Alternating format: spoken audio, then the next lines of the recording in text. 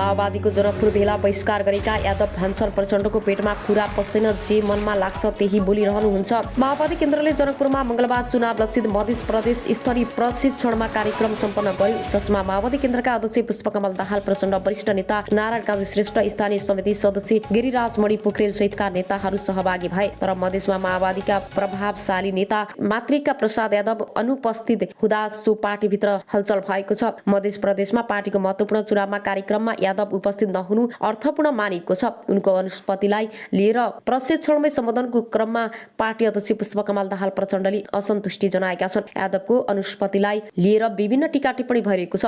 हुन त यादव प्रचण्डलाई स्वागत गर्न जनकपुर विमानस्थलमै पुगेका थिए, तर उनी निकै निराश देखिन्थे। प्रचण्ड विमानमा ओर्लिने बित्तिकै पार्टीका नेता कार्यकर्ता मालालाई स्वागत गर्न तछाड मछाड गरिरहेका थिए। यादव भनी विमानस्थलको विशेष अतिथि गृह छेउमा माला लिएर एक्लै उभिएका थिए। पार्टीको त्यस्तो महत्त्वपूर्ण कार्यक्रममा यादव किन सहभागी भएनन् त? यादवले नेपाल खबरसँग तिलको तार बनाउँदैछ, अर्थात् झिनो मसिनो कुरालाई नबुझाउँदैछ भन्ने जवाब दिए। अध्यक्ष प्रचण्डले नै तपाईँ सहभागी नभएको विषयमा असन्तुष्टि जनाए नि। नेपाल खबरको प्रश्नमा यादवले भने प्रचण्डजीको पेटमा कुरा पस्दैन, जे मनमा लाग्छ त्यही बोलिहाल्नुहुन्छ। त्यसो भए किन जानु भने पार्टीको महत्त्वपूर्ण कार्यक्रममा? यादवले भने मलाई सोधेनन्, म गइन भने भयो नि। भेला देशभक्त नेता क्रान्तिकारीको प्रशिक्षण दिनुभयो भन्ने कुरा केही छैन। मधेसमा माओवादी केन्द्रमा दुई खेमा प्रश्न देखिएको छ। एक प्रचण्ड पछिको माओवादी खेमा र अर्को वरिष्ठ नेता श्रेष्ठको पूर्ण एकता केन्द्रमा। अमेरिकी सहयोग परियोजना MCC संसदबाट अनुमोदन भएको विषयलाई लिएर पछिल्लो समय माओवादी भित्र देखिएको अन्तर्विरोध मधेसमा खटपट बढेको छ।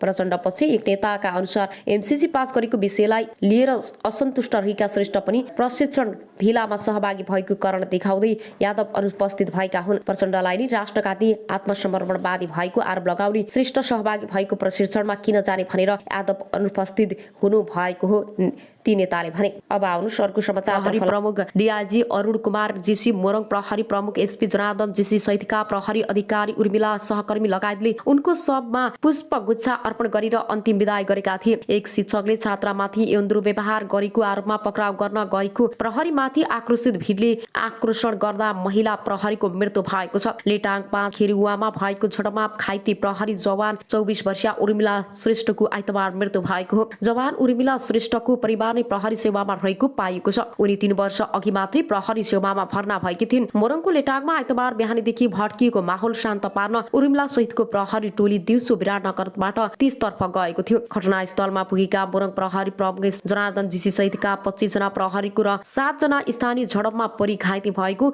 1 नम्बर प्रदेश प्रहरी कार्यालय विराटनगरका प्रवक्ता SP नवीन राज राईले जानकारी दिए। SP JC को खुट्टामा चोट लागेको उनले बताए। SP JC का बडीगार्ड प्रहरी हवलदार मेघ चन्द्र राई पनि घाइते भएका छन्। 26 वर्षीय उर्मिलाले 2076 साउन 1 गते प्रहरीको जवान पदमा सेवा प्रवेश गरेकी थिइन्। उनको दारबन्दी प्रदेश 1 सशस्त्र प्रहरी गण मुख्यालय रानी विराटनगरमा थियो। छात्रालाई यौन दुर्व्यवहार गरेको आरोपमा लागेका शिक्षक मनोज पौडेललाई विद्यालयमै प्रहरीले सुरक्षा दिएर राखेको थियो, तर स्थानीय प्रहरीको टोलीले मात्रै उनलाई विद्यालयबाट निकालेर प्रहरी कार्यालय लेटाङ लैजान सकिन। स्थानीयको नाराबाजी र आन्दोलनलाई शान्त पार्न दिनभर खटेका उर्मिला सहितको टोली साँझ कार्यालयमा फर्कने क्रममा पनि आक्रोशित स्थानीयको निशानामा परे। आरोपित शिक्षकलाई प्रहरीले पक्राउ गरी लैजाने क्रममा भिडबाट सजाय दिन चाहेको आक्रोशित स्थानीयले प्रहरीमाथि नै आक्रमण गर्दा उर्मिला घाइते बनिन् र उपचारको क्रममा उनको निधन भएको थियो। 1 वर्ष अघि मात्रै उदयपुरमा उनको विवाह भएको थियो। उनका श्रीमान पनि प्रहरी जवान नै हुन्। उनी जिल्ला प्रहरी कार्यालय इलाममा कार्यरत छन्। उर्मिला दाजु भाउजू पनि प्रहरी नै हुन्। दाजु प्रहरी सहायक निरीक्षक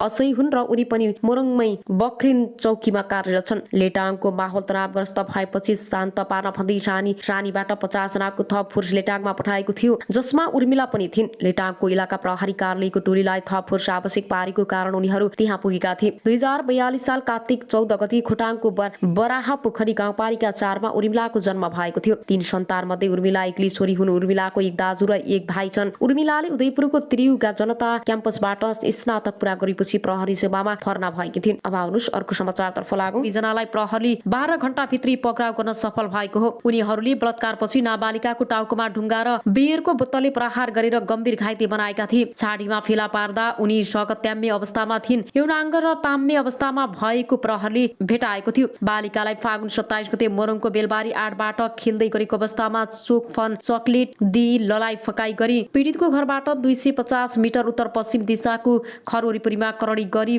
बियरको बोतल तथा ढुङ्गा प्रहार गरी ज्यान लिएको कार्यालयका प्रमुख एवं प्रहरी उपरीक्षक जनार्दन जीसीले बताउनु भएको छ। अभियुक्तलाई प्रहरीले शारीरिक र प्राविधिक अनुसन्धानबाट घटना भएको 12 घण्टामा पक्राउ गरेको उपरीक्षक जीसीले जानकारी दिए। उनीहरूलाई रात एक अस्पताल एक पसलमा मांसपेशी गरी मामाखरमा गएर बसेको अवस्थामा पक्राउ गरेको प्रहरीले जनाएको छ। आरोपी अजय चौधरी 2 वर्ष अगाडि 2 वर्षीय बालिकाको अपहरणमा मुद्दा करार चलान भई गएको मङ्सिर 18 गते अदालतको फैसलाबाट रिक्त भएका थिए। बालिकाको सब विवश अवस्थामा फेला परेको उपरीक्षक जीसीले बताउनु भएको छ। अभियुक्तलाई पूर्व पक्षका लागि 5 दिन अदालतबाट म्याद थप गरेको छ भने घटनाको आरोपमा आजीवन कारावासको माग गरेको प्रहरीले जनाएको छ। करिश्माको अन्तिम संस्कारमा उनका परिवार भक्कानी घटना देखिएका सबैका आँखा रसाए। बिचरी त्यति सानी बच्चीमाथि यस्तो घटना भएर स्थानीय विश्व निरौला भन्छन्। उनका बाबुआमाले अनेक सङ्घर्ष गरेका थिए र त्यो घटनाले हामी सबैलाई त्रासी दिएको छ।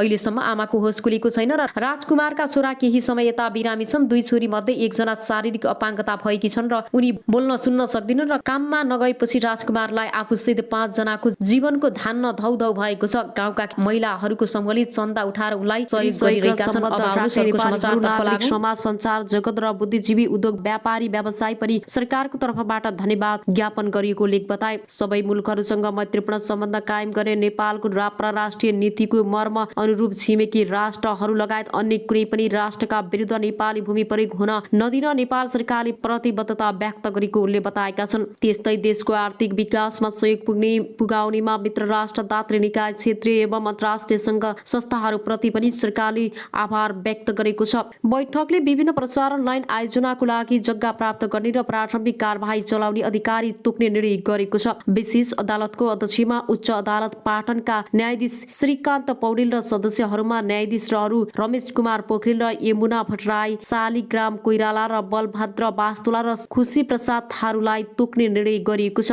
त्यसैगरी राजस्व न्यायाधिकरण काठमाडौँको कानून सदस्य एवं अध्यक्षमा उच्च अदालत पाटनका न्यायाधीश टेक प्रसाद ढुङ्गानालाई तोक्ने निर्णय भएको छ। खानेपानी महसुल निर्धारण आयोगको अध्यक्ष एवं सदस्य सिफारिस समितिको सदस्यमा भूपेन्द्र प्रसाद आर्यलाई नियुक्त गरिएको प्रवक्ता कार्कीले जानकारी दिनुभयो। सरकारले भूतपूर्व ब्रिटिस गोर्खा सैनिकहरूलाई सम्बोधन हुन बाँकी रहेका मागहरूका बारेमा संयुक्त अधिराज्य सरकारसँग वार्ता गर्न संयुक्त अधिराज्यका लागि नेपाली राजदूतको नेतृत्वमा नेपाली प्रतिनिधि मण्डल गर्ने निर्णय गरेको छ।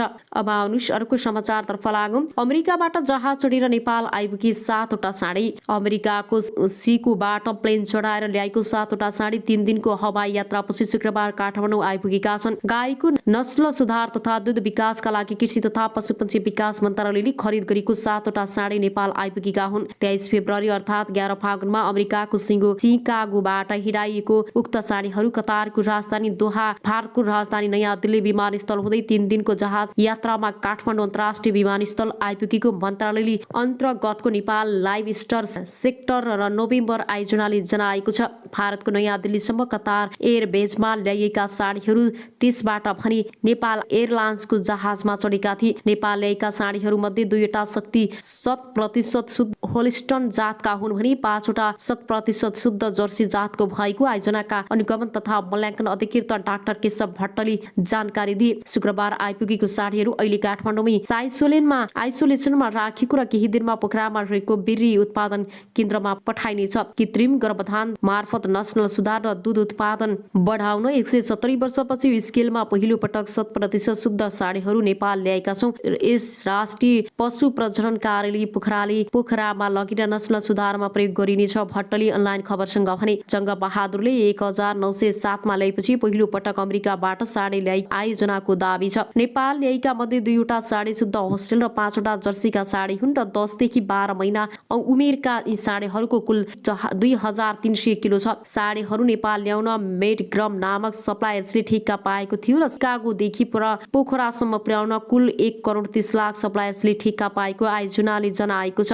दूधका लागि किसानले व्यावसायिक रूपमा पालेको गाईमा उन्नत जातको नस्ल सुधार गर्न यी साँढेहरू ल्याएको भट्टले बताए। राष्ट्रिय पशु प्रजनन कार्यालय पोखरामा यी साँढे मार्फत संकलन हुने बेरिय स्थानीय नेपाली गाईलाई क्रस गराउँदा 50% सम्म गुण सर्छ। यसले हाम्रो गाईहरूको दुग्ध उत्पादन क्षमतामा बढ्छ र अनुगमन तथा मूल्याङ्कन अधिकृत डाक्टर भट्टराईले भने 18 देखि 21 महिनाका हुँदा वयस्क हुने यी साँढेहरूबाट उत्पादन हुने बेरिय नस्ल सुधारका लागि उच्च कोटिको हुने राष्ट्रिय पशु प्रजनन कार्यालयले जनाएको छ। अब आउनुहोस् अर्को समाचारतर्फ लागौं। 2 वटा मोर्चाको आकस्मिक बैठक। नेपाल कम्युनिस्ट पार्टीको केन्द्रीय कार्यालय बन्द गर काठमाडौँ बस्यो र नेपालका क्रान्तिकारी देशभक्त प्रगतिशील राजनीतिक शक्ति र नेपाली जनताको राष्ट्रिय रूपमा अस्वीकृत विरोध र देशव्यापी सङ्घर्ष गर्दा गर्दै पनि देउवा सरकारले रातारात एमसीसी कन्फ्याक्ट पारित गर्न मूर्खता गरिरहेको छ। विज्ञप्तिमा यस्तो छ, राष्ट्रका विरुद्ध घोषणा गरिएको बन्द कार्यक्रमलाई पूरी तागतका साथ सफल पार्न देशभक्त वामपन्थी प्रगतिशील सच्चा लोकतन्त्रवादी लगायत आम जनसमुदायमा अनुरोध गरिएको छ। यसका विरुद्ध राष्ट्रिय रूपमा प्रतिवाद सङ्घर्ष सञ्चालन गर्नु देशभक्त नेपाली जनताको कर्तव्य हुन पुगेकाले विषयको यही संवेदनशीलतालाई दृष्टिगत गरी हामी 6 कम्युनिस्ट पार्टी र 2 मोर्चाले तत्कालीन जनसङ्घर्षको कार्यक्रम घोषणा गरेका छौँ। यसलाई पुरै लगातार तागतका साथ सफल पार्न देशभक्त वामपन्थी प्रगतिशील र सच्चा लोकतन्त्रवादीहरू लगायत आम जनसमुदायमा विनम्र अनुरोध गर्दछौँ। साथै आज एमसीसीको विरोधमा आन्दोलनमा घाइते सम्पूर्ण देशभक्त योगदानहरूको स्वास्थ्य लाभको कामना गर्दछौँ। विज्ञप्तिमा भनिएको छ, नेपाल बन्दको घोषणासहित संयुक्त प्रेस विज्ञप्ति जारी गर्नेहरूमा नेकपा महासचिव विप्लव नेकपा नौ क्रान्तिकारी